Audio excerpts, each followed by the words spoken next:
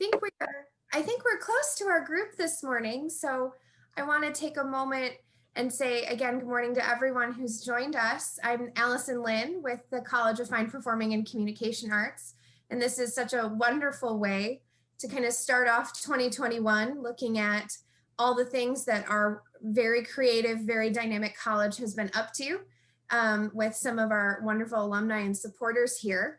I'm so pleased to be joined by my team, Patrick Field, our relations officer, and April Hazimi, one of our gift officers here in the college, as Dean Seeger, who's joining us this morning to kind of share some news and exciting updates from the college and things that we'll be looking forward to and looking back on, of course, because this time has allowed us to do things in such a different and dynamic way, which is really, really exciting. Whether it's connecting alumni who are all across the country virtually, to even just being together with our kind of Metro Detroit and Michigan folks. It's definitely been a very interesting, challenging, unexpected year. And on the academic side, I think we're all so deeply proud of our faculty and our resilient students for doing all that they've been doing virtually and adapting everything from dance productions to film screenings to, certainly some of our music students in particular have had to get the most creative about lessons online and those kinds of things. So without further ado, I'd love to welcome, of course, Dean Seeger, the leader of our college, who really needs no introduction because of his incredible history with Wayne State University. Thank you, Allison. It's great to see you all. Some good friends, old friends, and new friends on Zoom. What an interesting life we're living now on Zoom. But it's great to have a chance to chat with you and talk to you about some of the things we're doing in the college. As Allison mentioned, it's been a really challenging time, and fortunately we are the creative college, so we've been able to come up with some really amazing creative and innovative solutions to the challenges we face. All the academic programs at the university have been challenged with the need to be remote. Our students working in the health professions, of course, have not been able to interact with patients in the same way. Our students working in the STEM fields have not been able to go into their labs. And of course, our music students haven't been able to perform. Our dancers have not been able to dance in face-to-face settings. And our theater students have been really challenged in terms of their opportunities to perform. But the students have really embraced the moment and created some incredible performances using technology, and we're now beginning to explore some hybrid forms of performance, which we will probably see in the spring, April and May, as circumstances become a little more accepting of face-to-face activities. So it's been really quite interesting, challenging, frustrating, dynamic, and very, very creative as we've moved forward. And I think we've learned a lot about, how we can deliver performances and deliver education remotely. And I think those innovations are going to continue with us as we go forward. So the other exciting news, which we'll be talking about in a little more detail, is we continue to work aggressively to build our new Hillberry Gateway performance complex, which includes a new Hillberry Theater, a 500-seat theater, the Gretchen Ballet Jazz Center, which will be a 350-seat facility in the existing Hillberry Theater, the Jazz Underground, and of course, and now a new outdoor performance space as well. So it's going to be really quite an amazing facility. We've had lots of bumps along the way. I had a meeting with the construction people yesterday, and the good news is there was no bad news. So that was a really nice change, that we hadn't found any more undiscovered sewer pipes, no more AT&T lines that nobody knew were there. We've not found Jimmy Hoffa. I'm hopeful we don't. But there's been a lot of challenges in terms of bringing that project forward, but I'm delighted to say we are moving forward with it. And President Wilson continues his unwavering commitment to the arts and to creating that facility. So in some ways, it's been the worst of times, and in some ways it's been the best of times. And we've really had some incredible opportunities to innovate and do new things. And I'm excited about the future of the college. And I think Wayne State continues to be one of the most relevant academic institutions in the country. And I'm proud to be part of this college. So I think Allison has some slides that she's going to share, which will allow us to walk through some of the things going on in the college in a little more detail. And then I'd be happy to respond to any questions or thoughts you might have. So thank you again for joining us.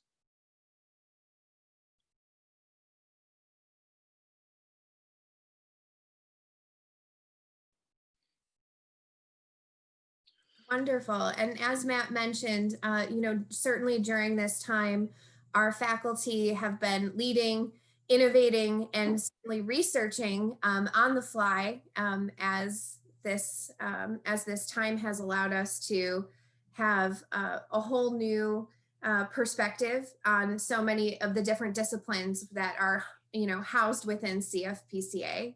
And of course, Matt, in particular, with your background in crisis communications, this has been a moment unlike any other in your entire career. It's been a really interesting moment in that regard. I've been doing work in crisis communication with the Centers for Disease Control and the World Health Organization for over 35 years. And the opportunities to talk about my work and present my work have been really kind of overwhelming. So lots of media interviews and opportunities to be involved in the conversation. So that's been very exciting. I'll also note that our art department has really embraced the moment and has put together a whole series of billboard exhibitions called In the Air. These are on Woodward Avenue. If you're driving up and down Woodward, you will see these installations. And they really are reflecting the moment that we're experiencing, not only with COVID-19, but also with Black Lives Matter. Initially, the project began with billboards simply acknowledging the the help and the work of our first responders and our medical community, and it's evolved into this entire series on Woodward. Random Active Music has been really a wonderful response that the music department has taken to the particular moment. I think music has had the biggest challenge of any of the academic programs. If you think about the challenges of performing face-to-face and how that creates potentially opportunities for spreading the virus, it's really been a moment for them, but they've engaged in a lot of really innovative work through remote delivery for their work. The virtual dance performance, I'm very, very excited about this. This will happen this Saturday at 5 o'clock. And if you haven't received an invitation, we'll be sure to send this out to you. This is really a very, very innovative live streaming of a dance performance that the students have put together. I saw a brief clip of some of the work this morning. It is really overwhelming. I'm always amazed at the dancers, but really impressed with their moment here coming forward. I've been reminded frequently, if the dancers don't dance, they don't breathe. And so they're finding ways to breathe, and they're finding ways to dance even in this moment. Absolutely. And following our chat this morning, our coffee chat, we'll be sure that everyone gets some information about dynamic perspectives, because it is certainly a look back at the fall and kind of the transition to these virtual experiences and really interpreting dance, through this new medium that is very innovative and exciting and reflective in so many different ways. And that's really kind of the heart of the mission of our college, is because we have the creative, innovative, and amazing talent that the Detroit ecosystem offers and develops. And certainly the range and the diversity and the breadth of the college really makes the room for collaboration and new opportunities very exciting. And I think that what's important that really helps distinguish this college is our connections to the community, both the artistic community and the larger Southeast Michigan community. We really are a leader in engaged creativity, engaged performances, engaged research. And of course, Jazz Fest, which is this picture is of our students performing on the Wayne State stage at Jazz Fest, has been a real center of that. And going forward, that relationship will be even strengthened as we have the Gretchen Valet Jazz Center.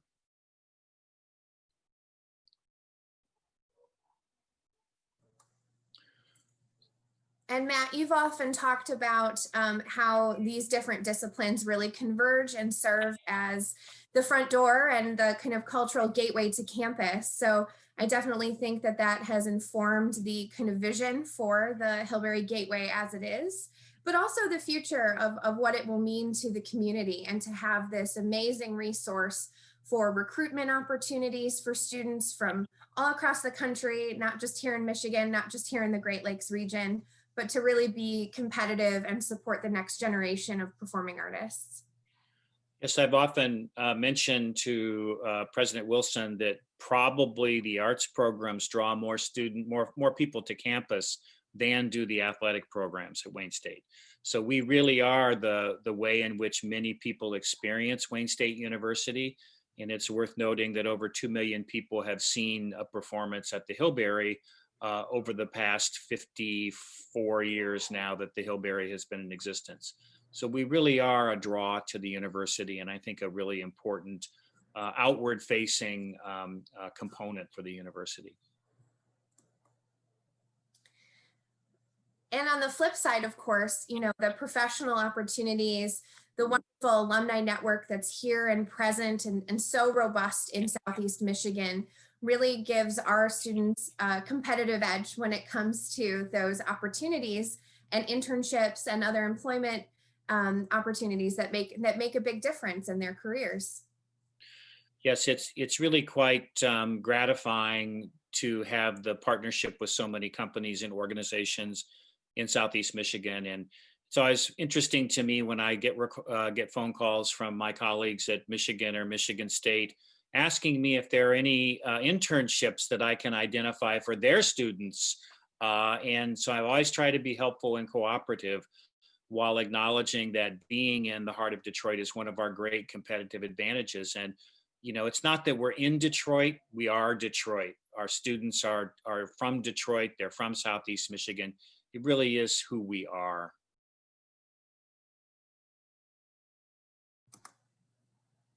Absolutely. And of course, once students graduate, this means we have, again, a very robust alumni network, and an extremely accomplished one as well.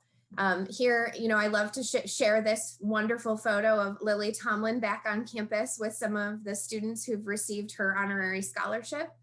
But, you know, our alumni are really so accomplished and so talented, and very much committed to continued student success. It's really quite interesting. We continue to find or rediscover people who are associated with Wayne State alumni and people who attended here. And I'm just overwhelmed sometimes at the amazing careers that people have been able to launch from Wayne State University. It really is a world-class institution in that regard. And Lily Tomlin is a great example, but there are so many other examples. We do believe that we have a lifetime commitment to our alumni to continue to celebrate their careers and to continue to support their activities. And you know, certainly we are deeply appreciative of the support that alumni provide to us. Absolutely. And in particular, it's really a huge thing that we do every year, a program that has a robust history in the college, which is the Arts Achievement Awards.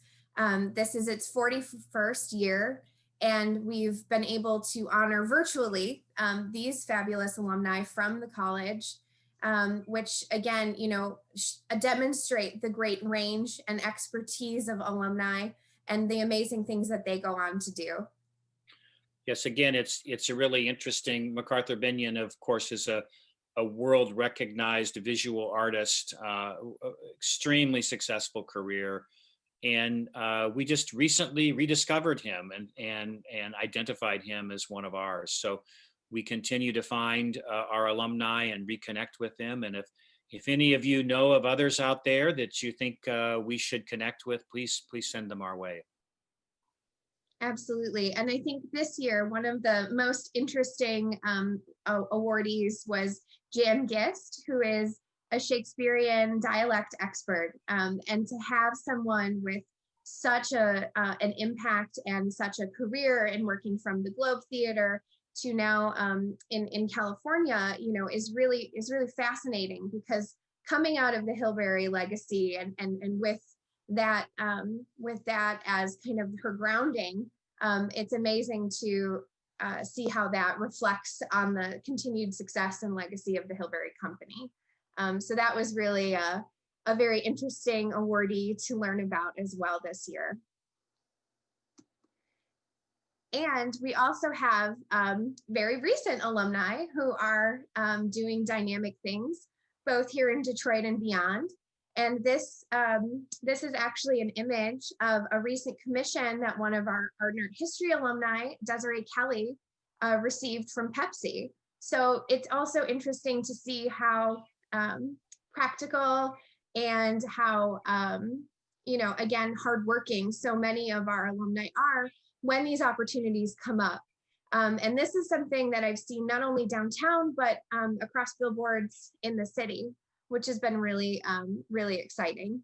If anyone's familiar with Eastern Market, Desiree also participated in the Murals in the Market series, and she's really known for her portraits, and her portrait of Aretha Franklin is quite iconic as well. So that's one of the things that she's most known for. It's also quite interesting how our visual artists and our performing artists reflect sort of a Detroit-centric art form. It's a very unique urban Detroit perspective that they bring to their art. We see this in the dance performances, which are just so physical and so powerful. They're not necessarily the classical ballet that many of us are so used to. And the visual artists also really bring the Detroit perspective to bear, the Detroit ethos. So it's great to see that we continue to distinguish ourselves in terms of our art forms. And as Matt mentioned, certainly one of the most exciting things that the college is leading right now is the Hillberry Gateway project. And we're really pleased to share some newer images and renderings of what the space will look like when we open. This is a great overview of what we anticipate the general space to look like. There continue to be refinements in terms of how things might look. You will notice the connecting space, the alleyway between the two buildings, which was not in the original plans, but we discovered that there is a major sewer line that runs through that space. It was not on any of the schematics that the city of Detroit was able to provide going back until the 1920s. Really wasn't until we started digging that we found that line was there, and that required that the buildings be separated and we create this space between the buildings with an easement. The exciting thing is that this will create the opportunities for an outdoor performance space between the two buildings, which is something we had really hoped for as part of this project. Not only is it incredibly appropriate given the pandemic moment, but students have always wanted to have sort of a pop-up space that they could activate in various ways. The music kids wanted to be able to come and plug in their amplifiers and jam during lunch hours. The dancers wanted a space that they could perform in. So we will have pop-up Shakespeare, we'll have pop-up jazz performances, and we're very excited to see how this space will be owned by the students once it's completed. Absolutely, and definitely this is really representative of how the Hillberry Gateway will be the new home of performance for theater, dance, and music And finally, under all one roof, right? So the kind of the opportunities for collaboration and different dialogues between the disciplines is really unmatched and unlimited.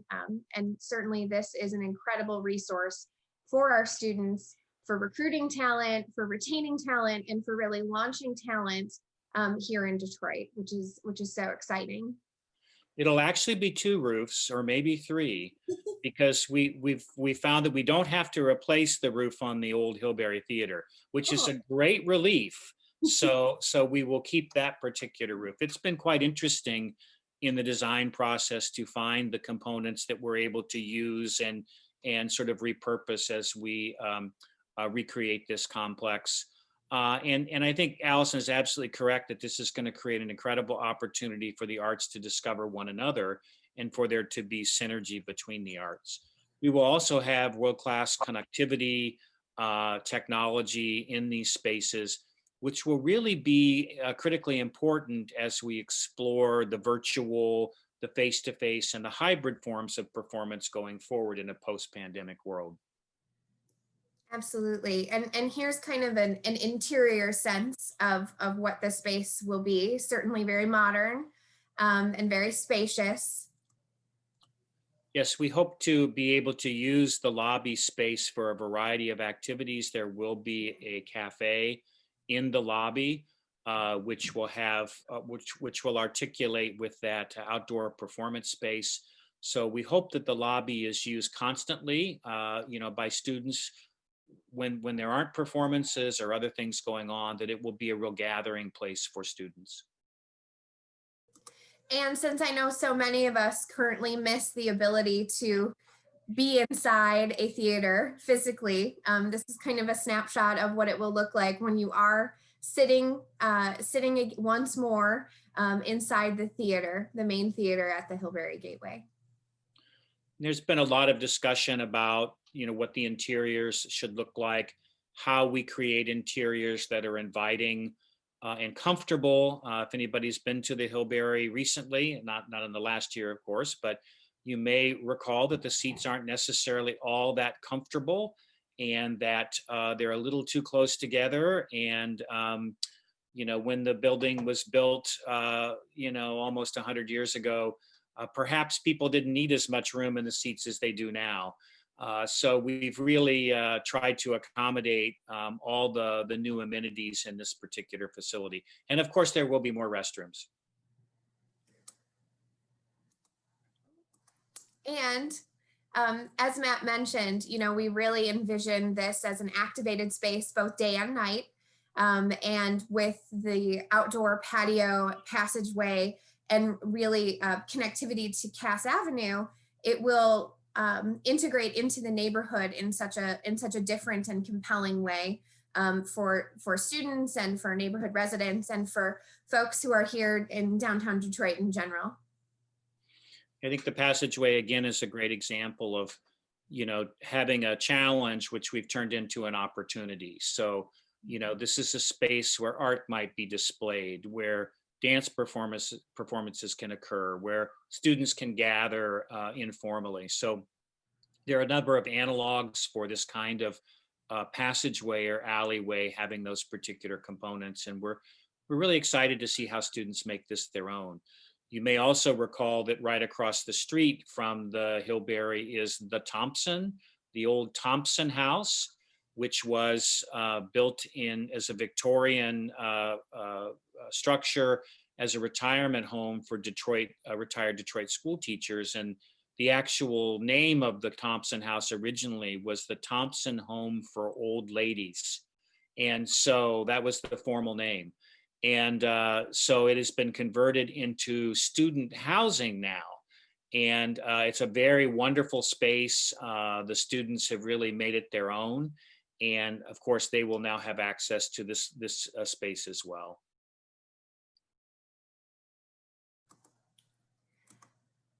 And certainly what you just saw was the after, but this is the current. This is that corner, that same corner, and the progress that has been made on the foundation. Matt, you mentioned that, at least the Hillberry Gateway roof is good, but I think if you've ever had a foundation issue in your home, you can appreciate the size and the scope of this project and being able to see the progress that's been made here. Yes, actually, this image is a couple of weeks out of date, and now you would not be able to see all the way down Forest Avenue because the walls have come out of the ground, and we are in the process of pouring the footing and the foundation, which will support the walls of the new theater. In the distance in this picture, you can see the old McKinsey house, which was moved, and boy, was that a feat of magic. To see that house slowly crawl down Forest Avenue to its new resting place. The university is still trying to determine exactly how to use the McKinsey house, but it's our anticipation that this whole block will be sort of the arts community, the arts component of Wayne State University. And we're really excited about the opportunity to have all the arts sort of in physically connected much more fully. So the project is going on. We do have a live stream camera, which is on the Thompson house and which is pointing down to see the construction site. We're still working out the final details of live streaming the construction as it goes on, but we will be happy to share that link with you when we finally work out those technical issues. I'll also note that this is where we discovered the sewer line, which was just such a joyous thing. At one point, they talked about just running the sewer line through the basement of the new Hillberry. And I said, not such a good idea. Let's not do that. But we've also discovered some AT&T lines, which for some reason seem to be really important because they connect Henry Ford Hospital. So we decided we couldn't cut the AT&T line. So there's been a lot of interesting challenges as we've dug in quite literally into the history of Detroit. And we've worked around that and accommodated that, and the project is moving forward. It's very exciting. Matt, did you think in your role as dean that you would ever be such an expert in terms of all of these construction details? So you're asking me, did I think I would have to deal with sewer lines? The answer is no. I know just enough about construction because I worked in construction many, many years ago as a college student to partly fund my education. I know just enough about construction to be dangerous, but it's very exciting to see this come forward. I know many of you have been great supporters of the Hillberry project over decades as we've tried to move out of what was a temporary home for the Hillberry Theater. The Hillberry was designed as a temporary space. And so finally, we're going to have a purpose-built space for this wonderful theater and dance program at Wayne State. And we're going to have an entirely new venue for our music programs. So appreciate the chance to share those slides with you. And I would be happy to answer any questions about the college or about what the university is doing, about some of the other things that are happening at the university. So Matt, this question came in the chat, and I think you already answered the first part of it. What will become of the current Hillberry Theater? And with the Bonsdale closed, where are the undergraduate productions now staged? And then also, speaking of the outdoor space, in quotes, WSU had hoped 40 years ago to build a Shakespeare-style Globe Theater on the riverfront. And this is from Mark Pattison. Yes. So I remember Professor Leonard Leon was the founder of the theater program at Wayne State University. And I remember, because I was here when he was here, his effort to build the Globe Theater down on the riverfront and how ambitious that was. Sadly, that never happened. But the theater, the Hillberry Theater that he envisioned certainly has been very dynamic. The old Hillberry Theater, as I mentioned, will be converted into the Gretchen Valade Jazz Center. It will be a state-of-the-art facility for performances with an emphasis on jazz and jazz acoustics. It will celebrate the history and traditions of jazz in Detroit. Gretchen Valade, who is associated with the Carhartt Company, which is the clothing company in Detroit, has made a very generous gift to support the development of the Gretchen Valade Jazz Center. So that's a very exciting performance space, which will be used for a variety of musical performances, not just jazz. It will accommodate a variety of musical performances. The goal with the closing of the Bonstel Theater, or the leasing of the Bonstel Theater, as I should say, to another organization, is that all of the performances, the theatrical performances, will be in this new facility. There will be enough flexibility in the facility and enough time to have both the undergraduate and the graduate programs in one space. We felt that having everything unified in one facility in one area really created a lot of synergy and a lot of opportunities to bring both the undergraduate and the graduate program together. So obviously the Hillberry Company will still remain as a graduate company, but there will be more opportunities for students to interact across both programs. So in the new Hillberry Theater, there will be a black box or a flexible performance space that will accommodate about 150. That will be used for dance performances. The underground theater, many of you probably remember the underground theater, that will be converted into or renamed after part of Gretchen Valade's gift, but will be available for a variety of different performances. One of the things we emphasized as we were going through the design of the new Hillberry Theater the old Hillberry Theater, is it needed to continue to accommodate a variety of different performances.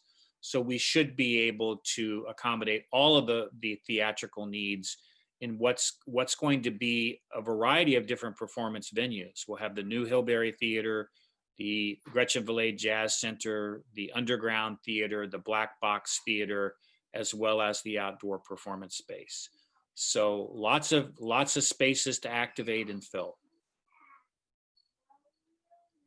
And on that note, there was a question that came through in the chat about if there will be any kind of go-to or dedicated spaces for alumni to meet and greet and be able to gather. And certainly that's a component of kind of both of what the cafe and the inside and outside spaces offer, but also kind of the dedicated space inside the Valade as well.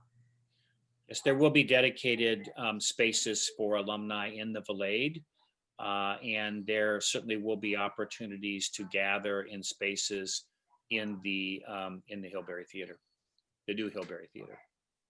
We've had a lot of confusion. New Hillberry, old Hillberry, Valade, so we've had to really be careful about our language to make sure we're building the right thing at the right time. Matt, this question came in from Richard. What's happening with recent music graduates who haven't completed recital requirements? So we have been able to do some of the recital requirements virtually. That has been a challenge for us. In some cases, the recitals have been postponed until we can be face-to-face. That's been made sort of on a case-to-case, case-by-case basis. I think we've done a really good job of continuing to be able to support the degree completion and matriculation of our students. There's been very, very little disruption of that. Obviously, we cannot do the kinds of performances that we did beforehand, and the degree to which those are part of the core curriculum has created challenges. Many of the performance requirements have been moved to virtual formats, and in some cases that's worked very, very well. Absolutely, and I know too that the Department of Music is hosting their virtual open house this weekend for high school students and continuing education students, and certainly that also represents a pivot of not being able to host on campus like we do traditionally, but still being able to really highlight the offerings of the music department the facilities, the resources, the faculty, and really what the student experience is like. Obviously, there are many performance forms that simply can't happen in a virtual format. The marching band cannot march on Zoom. We tried to figure out how to do that, but it just didn't work. Some of the choral performance activities, have really been challenged in this particular moment. In other cases, we have been able to put together virtual performances using technology. So it's been, music, I think, as I said, has probably been the most challenged in terms of some of these activities. And the music faculty have been very flexible and willing to accommodate. But that's been a challenge, and we haven't been able to do everything that we might like to do. It's going to be quite interesting to see how the performance venues in Midtown and how performance venues across the country come back, and how they find ways to bring audiences back following what has been just an incredible disruption to the performing arts. So I just wanted to mention to everybody on the call that I put the link for dynamic perspectives at the top of the chat. So if you scroll all the way to the top, you can actually click that link and it'll take you to Theater and Dance's ticketing site. And the performance is a pay what you can. They do have a free option for a free performance, but if you're so inclined, they actually have a pay what you can option as well for this performance. And then we have a good question that actually was a popular question on our survey we sent out earlier, a question about volunteering. How can alumni become more involved? We're exploring opportunities for alumni involvement in a variety of ways. Certainly, we really encourage you to come and participate in events. There are opportunities for alumni to speak to student classes. And if you have a specific interest that you would like to share, or expertise you would like to share with classes, we really love that. And the virtual format allows us to do that much more effectively, I think, than we've ever done it in the past. I will tell you that I've done more virtual performances in classrooms around the country and around the world than I ever could have imagined. All my colleagues and former students are saying, hey, why don't you just Zoom in and talk to my students? So we would love for alumni to participate in that way. There are other opportunities for mentoring students, working directly with students. There are opportunities for internships if you have particular organizations that you're working with. So love to hear any of your interests in doing that. You can either contact me directly or Patrick, and we can arrange. Absolutely. Certainly, Patrick in particular leads our alumni council, and the volunteer council is actively looking for volunteers and members to help us when we return to kind of more in-person events that really bring alumni in the Southeast Michigan area together. But as Dean Seeger mentioned, we're certainly looking at ways to continue the kind of virtual connectivity. I think this will be part of how we're able to bring kind of the Wayne State Network together as we move forward. And I think that actually presents a lot of great opportunities, because it does really enhance the alumni connections in other places like Los Angeles and DC, Chicago, New York, areas where there are really strong groups, just like other universities have too. There's a statement here in the chat. It says, it kind of leads to a question. It says, it was always an adventure finding a parking space for the Hillberry and getting in on time and not get a parking ticket. So can we address parking, please? Sure. Parking in Midtown has always been a challenge. And while we believe there are some solutions to parking, we don't believe we've completely resolved the problem. There is a parking deck that the university owns, which is on Forest Avenue, just about, just not even a full half block from the new Hillberry Theater. So it's our anticipation that that parking deck will be the principal place where patrons will park when they come to the Hillberry Theater. We are also exploring, what kind of parking we can accommodate on site. There is a little bit of space at the back end of what will be the new theater where there may be some parking options. Unfortunately, Detroit has become pretty popular, and Midtown has become very popular.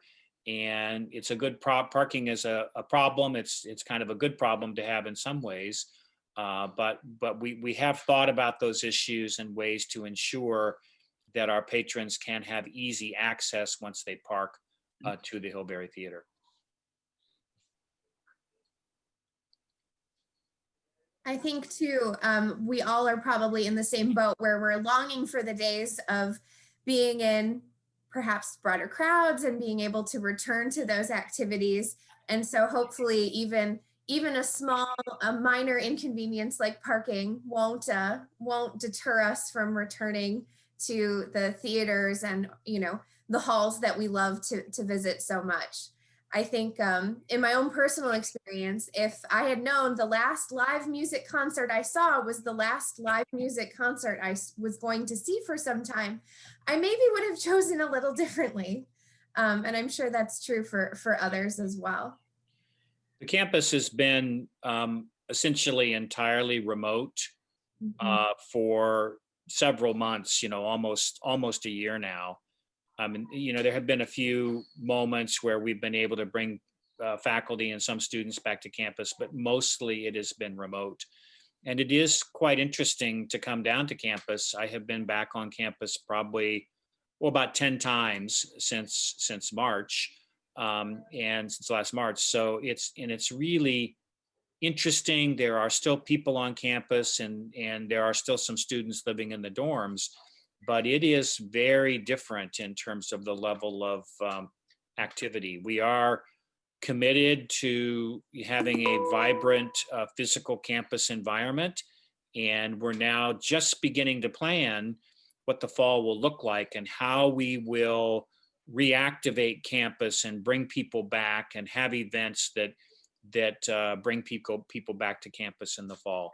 Of course, this is all contingent upon how things roll out. So we've had to be very flexible around some of these plans, but we're really beginning to put some attention toward that question.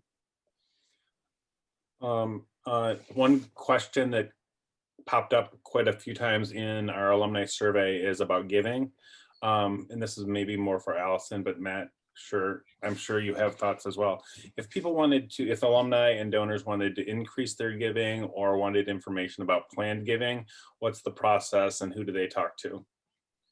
So Allison would be the person to talk to about those particular issues, Allison and April. And certainly we are delighted about the support that the alumni provide. It's really quite gratifying and important to have alumni support for a variety of reasons. Not only is it a direct support to the students, and the scholarships that are provided and the support to students to travel and to receive support for instruments and other kinds of support that they may need. Not only is that just critical to the ability of students to afford college these days, but it also demonstrates to the rest of the university the importance of these programs to alumni. So, and as we continue to advocate for the college and put our programs front and center in terms of what Wayne State University is, the ability to demonstrate the commitment of alumni is really important. Absolutely, Matt. And in particular, I think one of the best things about working in philanthropy for the university is being able to connect our alumni and donors to areas of their personal interests in the ways that they would like to give back. So that is certainly how April and I work with our wonderful alumni and donor networks, and we're always eager to help and to assist in making sure that donors feel really connected to their experience, whether they're directly supporting a student or perhaps faculty research in a specific area. And I think, again, that really represents the breadth and the diversity of our college, because we do support everything from journalism to jazz and ballet to, communications and media studies, film, all of those great, disciplines where students have ongoing needs. And in order to really fulfill their creative vision, they often need financial support. So it is very gratifying to work with so many of our generous patrons and supporters.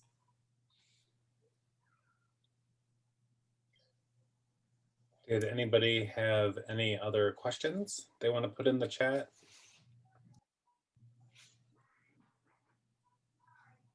Great. Well, certainly we're so appreciative that everyone took some time this morning to spend a little time with us, spend a little time together, most importantly. I think that is certainly one aspect that we all miss. We all miss being able to gather in person and to connect people, students, recent grads, alumni, and we're really looking forward to the fall. And what may be possible when we can safely gather again.